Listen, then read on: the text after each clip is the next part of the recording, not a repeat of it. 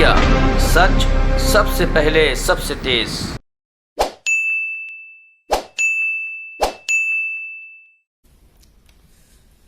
नमस्कार। अपने बीच भारतीय जनता पार्टी के माननीय राष्ट्रीय प्रवक्ता डॉक्टर संबित पात्रा जी आपको संबोधित करेंगे। मेरा विनम्र निवेदन है माननीय पात्रा जी से आपको संबोधित करें। धन्यवाद आदरणीय संजय जी। यहाँ आज रविवार के दिन भी पत्रकार बंधु मौजूद हैं। आप सभी को बहुत बहुत धन्यवाद। Thank you a great deal. आज का ये जो पत्रकार वार्ता है, ये एक बहुत बड़ा खुलासा है। ये दिखाता है कि किस प्रकार हिंदुस्तान के अंदर एक सरगना है, हिंदुस्तान के अंदर एक ऐसा गैंग है जो कहीं ना कहीं भारतवर्ष को ही नीचा दिखाना चाहता है। भारतवर्ष द्वारा स्थापित किए हुए कीर्तिमानों को ये नीचा दिखाने की कोशिश कर रहा है। और ये सरगना जो है, ये केवल भारतवर्ष में है ऐसा नहीं है। It is an international conspiracy, एक अंतर्राष्ट्रीय साजिश है। और बहुत सारे डॉट्स, बहुत सारे जो कैरेक्टर्स होते हैं वो भारत में भी हैं और भारत के बाहर भी हैं। आज आपने अखबारों में सुबह पढ़ा होगा न्यूज क्लिक के विषय में। न्यूज क्लिक एक पोर्टल है। कुछ ऐसे पोर्टल्स हैं हिंदुस्तान में जो मीडिया का चोगा ओढ़ करके मीडिया बनने की कोशिश करती है, मगर वो मीडिया नहीं है। तो न्यूज क्लिक भी ठीक उसी प्रकार का एक पोर्टल है जो मीडिया हाउस नहीं है, मगर कहीं ना कहीं अपने आप को मीडिया के रूप में दिखाने का प्रयत्न करती है, भरसक प्रयास करती है। और आपने इस खबर में पढ़ा होगा किस प्रकार से करोड़ों रुपए, मैं उसका तथ्य आगे रखूंगा, भूमिका में पहले पूरे विषय को संजोता हूं फिर तथ्य रखूंगा। किस प्रकार करोड़ों रुपए विदेशों से संदिग्ध हिंदुस्तान आए हैं और उनका एक ही मकसद था, हिंदुस्तान के सरकार और हिंदुस्तान का जो सिस्टम है उसको धता बताना, उसको फेल्ड बताना और विदेशों को, विदेश की जो ताकतें हैं और खास करके अन्य देशों का हिंदुस्तान में प्रोपेगेंडा करना। We have seen this most important news article today as to how money trail in fact was there from foreign nations, as to how dubious characters were involved, and the only agenda of these so-called portals, and in this particular one, the portal called News Click, the only agenda is propaganda of a foreign nation and demeaning India's name. ये इस प्रकार का एक साजिश भारतवर्ष में चल रहा है।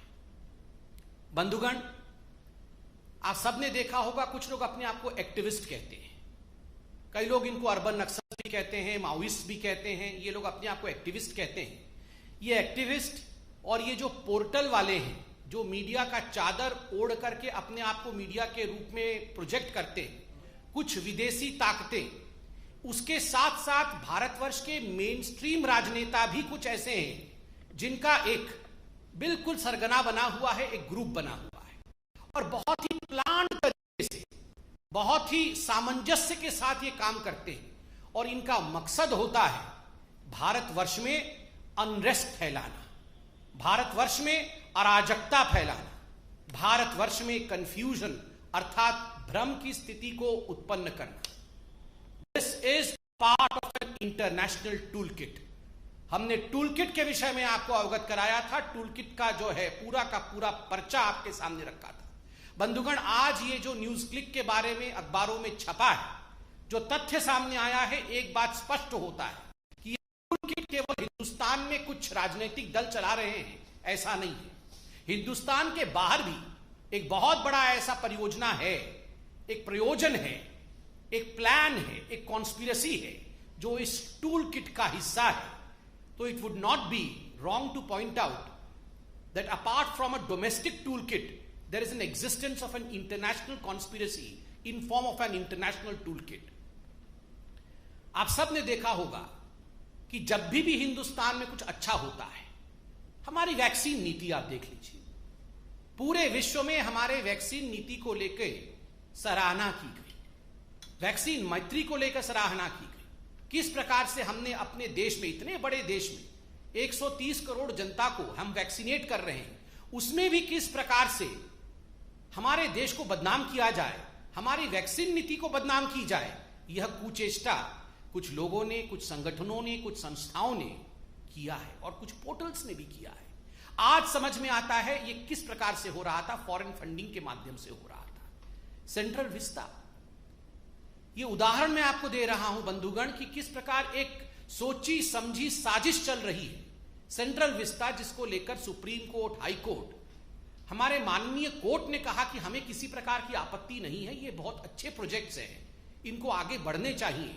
मगर उसके बावजूद जिस प्रकार से कुछ लोगों ने जिद पकड़ करके in a stubborn manner they went ahead with their agenda of demeaning the Central Vista project, friends, today we realise it was only because of the fact that foreign funding and foreign conspiracy was playing.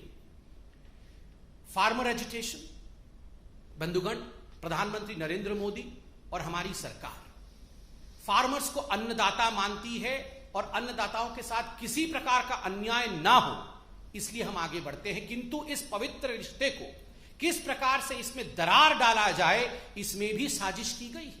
और आज ये जो news click वाला issue हुआ है, जिसके विषय में अभी मैं संक्षेप में बताऊंगा, ये बात स्पष्ट होता है कि बहुत बड़ी बड़ी ताकतें हिंदुस्तान को कमजोर करने के लिए लगी हुई हैं। यहां कंफ्यूजन, भ्रम और अनरेस्ट अर्थात अराजकता कैसे फैले, इसकी कोशिश हो रही है। जब से प्रधानमंत्री नरेंद्र मोदी हिंदुस्तान के प्रधानमंत्री बने, कहीं ना कहीं हिंदुस्तान में तो ऐसा नेता हैं ही जिनके आंखों में वो खटक रहे हैं, विदेशी ताकतें भी ऐसी हैं जिनके आंखों में वो खटक रहे हैं। तो एक बहुत बड़े रूप में किस प्रकार से भारतवर्ष के नाम को नीचा किया जाए, किस प्रकार से प्रधानमंत्री नरेंद्र मोदी जी की चेष्टाओं को, जो वो सुचेष्टा कर रहे हैं भारतवर्ष को आगे बढ़ाने के लिए, उसको कैसे कम करके दिखाया जाए, यह सब कोशिश की जा रही है।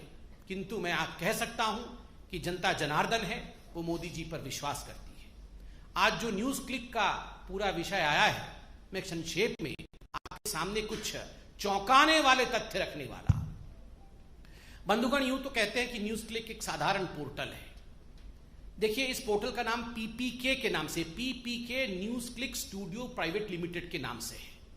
इसमें किस प्रकार से बाहरी ताकतें फंड भेज रही थी भारतवर्ष में और किस प्रकार से इन फंड्स को लेकर ये फंड कहां जा रहे थे, किन लोगों को ये फंड दिया जा रहा था, मैं इसका खुलासा अभी करने वाला हूं। ये जो पीपीके कंपनी थी जिसके अंतर्गत न्यूज क्लिक आती है, इन्होंने एफडीआई, फॉरेन डायरेक्ट इन्वेस्टमेंट, विदेशी निवेश को एक्सेप्ट किया, लगभग 10 करोड़ के आसपास, 9.59 करोड़ का।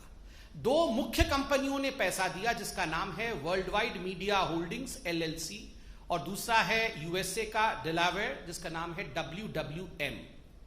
इन दोनों ने इसमें मेजर रूप में पैसा इन्फ्यूज किया एफडीआई के रूप में। और ये जो WWM है, इसमें 3 लोग मुख्यतः सम्मिलित थे, वो विदेश के थे। जैसन पेट्शर, नेविली रॉय सिंघम, जो कि श्रीलंका के और उसके बाद अभी अमेरिका में है, और एक तीसरा व्यक्ति है जो एक विदेशी ताकत है और किसी विदेशी देश के फंड को पूरी तरह से हवाला के माध्यम से डाइवर्ट करके किस प्रकार से इसका यूटिलाइजेशन भारतवर्ष में किया जा सके, डूबियस रूट से उन्होंने WWM ने पीपीके अर्थात न्यूज क्लिक को भेजा। बंधुगण, आपको जान के आश्चर्य होगा, ये जो निवेश होता है विदेश से, एफडीआई होती है, उसके लिए आपको एक शेयर वैल्यू दिखाना पड़ेगा कि हाँ ये जेन्युइन लगे, कि ये बड़ी कंपनी थी तभी जाके हमने निवेश किया। कुल मिलाकर 10 रुपए प्रति शेयर का न्यूज क्लिक का वास्तविक जो चरित्र है, वो 10 रुपए प्रति शेयर का उसका ओरिजिनल स्वरूप है। But that was inflated just in order to make news click look as if it was an authentic destination for an FDI. उसको इन्फ्लेट करके 11,510 रुपए का एक शेयर कर दिया गया। अब सोचिए ये षड्यंत्र में कितने लोग इन्वॉल्व थे और किस प्रकार से ये षड्यंत्र काम कर रहा था। केवल ये 10 करोड़ का जो एफडीआई था यही नहीं, लगभग 30 crore, to be precise 28.46 crore रुपया ये जो न्यूज है इसने भिन्न भिन्न एजेंसियों से, विदेशों से रिसीव किया। Justice and education fund inc USA, ऐसी बहुत सारी यूएस के एजेंसीज हैं, कंपनीज हैं, जिनसे इन्होंने लगभग 30 करोड़ रुपए लिए हैं। और ये 30 करोड़ रुपए किस लिए लिए हैं? ये 30 करोड़ रुपए लिए हैं maintenance of people dispatch portal, ये 30 करोड़ रुपए लेके एक पोर्टल है जिसका नाम है पीपल्स डिस्पैच पोर्टल, उसका ये मेंटेनेंस न्यूज क्लिक वाले करेंगे। आप जानते हैं ये जो पीपल्स डिस्पैच पोर्टल है ये किसका है? ये भी ये न्यूज क्लिक वालों का है। अपने ही पोर्टल को मेंटेन करने के लिए यूएस की कुछ कंपनियां, विदेशी कंपनियां, वो इनको 30 करोड़ रुपए दे रहे हैं और बदले में कहा गया हम आपको एक्सपोर्ट सर्विस देंगे, मतलब हम बहुत बढ़िया मेंटेनेंस करेंगे और आपको बताएंगे कि हमने कैसे मेंटेन किया, हम सर्विस अपना एक्सपोर्ट करेंगे। मगर जब इनके प्रमोटर्स से पूछा गया कि आपने क्या सर्विस एक्सपोर्ट किया तो उनके पास कोई जवाब नहीं है। अर्थात ये विदेशी ताकतें जो हैं ये पैसा किन्हीं और कारणों से भेज रही हैं। ये न्यूज पोर्टल के मेंटेनेंस का तो केवल बहाना है, कारण कुछ और है। अब मैं कारण बताता हूं किन किन लोगों को इस न्यूज पोर्टल के माध्यम से पैसा गया। ये करोड़ों रुपए बाहर से आए, 30-40 करोड़ तो मैंने अभी हिसाब दिया है, ना जाने और कितना आया होगा। अब ये पैसा गया कहां? मैंने आपको कहा था कि हिंदुस्तान के अंदर ऐसे कुछ राजनेता हैं, ऐसे कुछ एक्टिविस्ट हैं जो चाहते हैं कि हिंदुस्तान में एक माहौल भ्रम का और अनरेस्ट का बने। आपको याद होगा गौतम नौलखा, क्योंकि एल्गार परिषद के जो माओइस्ट लिंक थे वो अरेस्ट हुए थे। गौतम नौलखा, कई लोगों ने उन्हें अर्बन नक्सल भी कहा, और गौतम नौलखा जिन्होंने भीमा कोरेगांव केस में हिंदुस्तान में अनरेस्ट फैलाने की कोशिश की थी, उनको इसमें से लगभग 21 लाख रुपए मिले। ये तो एक रिकॉर्ड हमारे पास है, आज अखबारों में भी छपा है। न जाने कितने सोर्सेस से ऐसे कितने रुपए इस प्रकार के एक्टिविस्ट्स को मिलते होंगे, यह चौंकाने वाला है। 21 लाख रुपए गौतम नौलखा को मिले। दूसरा, इसमें से लगभग 52 लाख रुपए बप्पादित्य सिन्हा। बप्पादित्य सिन्हा कौन है? बप्पा आदित्य सिन्हा है, ये एक बहुत प्रमुख व्यक्ति हैं, शेयर होल्डर भी हैं न्यूज क्लिक के, पीपीके के। मगर अगर राजनीतिक रूप से देखा जाए तो Sinha ji communist party of India के आईटी सेल के एक प्रमुख सदस्य हैं। कम्युनिस्ट पार्टी के आईटी सेल के एक प्रमुख सदस्य हैं मिस्टर सिन्हा, और उनको 52 लाख रुपए दिए गए थे पीपीके कंपनी द्वारा। खुद वो शेयर होल्डर भी है। और तो और हमें समझ में यह नहीं आ रहा है, 9वीं क्लास पढ़ा हुआ एक इलेक्ट्रीशियन है जोसेफ राज, जिनको 1.5 करोड़ से अधिक रुपए पीपीके ने दिया। क्यों दिया? ये सारा पैसा किसी के माध्यम से किसी और को दिया जा रहा है। क्यों दिया जा रहा है? देश में भ्रम फैलाने के लिए एक प्राइस टैग है, देश में कंफ्यूजन फैलाने के लिए एक प्राइस टैग है, दूसरे देशों का प्रोपेगेंडा करने के लिए एक प्राइस टैग है, मोदी जी को गाली देने के लिए एक प्राइस टैग है, हमारी सरकार को नीचा दिखाने के लिए एक प्राइस टैग है। असली किसानों के मुद्दे को अगर मोदी जी आगे बढ़ाते हैं, उसको किस प्रकार धता बता दिया जाए, उसके लिए एक प्राइस टैग है। सीएए पे किस प्रकार से रोड जाम कर देना है, अगर आप करने में सक्षम हैं तो एक प्राइस टैग है। जहां भी एंटी इंडिया कोई सेंटिमेंट हो, कोई नैरेटिव हो, उसको आगे बढ़ाने के लिए एक प्राइस टैग है। और यही साजिश विदेशी ताकतों के साथ मिलकर के एंटी इंडिया फोर्सेस कर रही है। आज बीजेपी सिर्फ अंत में इतना ही कहना चाहती है कि जीतेगा तो भारत ही, भले कितनी ये देश विद्रोही शक्तियां, देशद्रोही शक्तियां, एंटी इंडिया फोर्सेस चाहे कितना भी काम कर ले, कितनी भी षड्यंत्र कर ले, कितने भी विदेशी देशों से पैसा ले ले, मगर जीतेगा भारत ही, क्योंकि भारत की जनता बुद्धिमान है, समझदार है। इन सभी विषयों पर वो सोच समझकर अपनी कदम आगे बढ़ाती है। धन्यवाद बंधुओं, कोई प्रश्न हो तो अवश्य पूछें।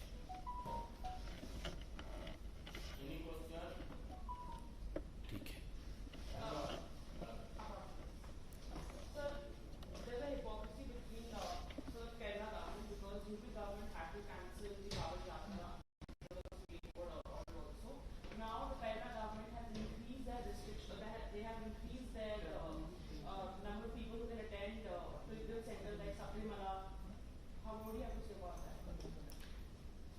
See, as far as COVID is concerned, it is a matter of concern.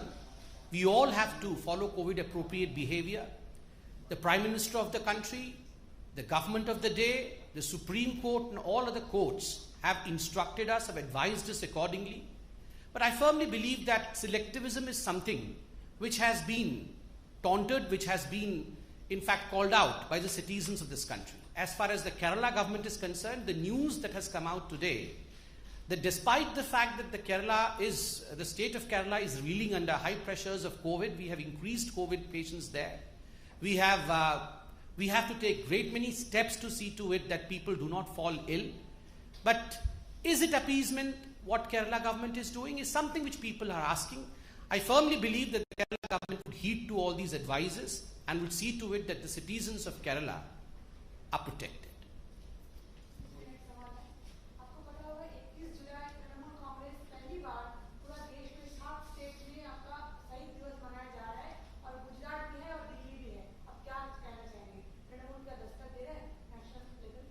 Madam फिर से क्या दिवस दस्तक दे रहा है नेशनल लेवल पे? नहीं, स्टेट से बाहर शहीद दिवस मना रहा है, अच्छी बात है। वो एक डेमोक्रेटिक कंट्री है हमारी, कोई भी शहादत को अपनी आंखों को नम कर सकता है शहादत में। मगर जो हमारे कार्यकर्ता शहीद हुए हैं बंगाल में, जिस प्रकार से हजारों लोग बेघर हो गए, जिस प्रकार से हमारे पार्टी के माताओं और बहनों के साथ जो ट्रीटमेंट हुआ है, न जाने कितने लोगों को मार दिया गया है, महिलाओं का बलात्कार हुआ।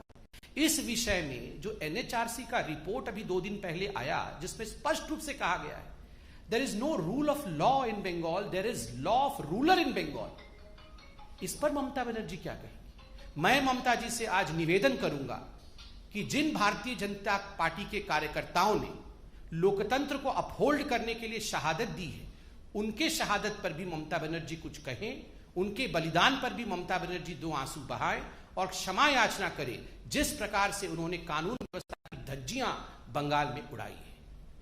Thank you.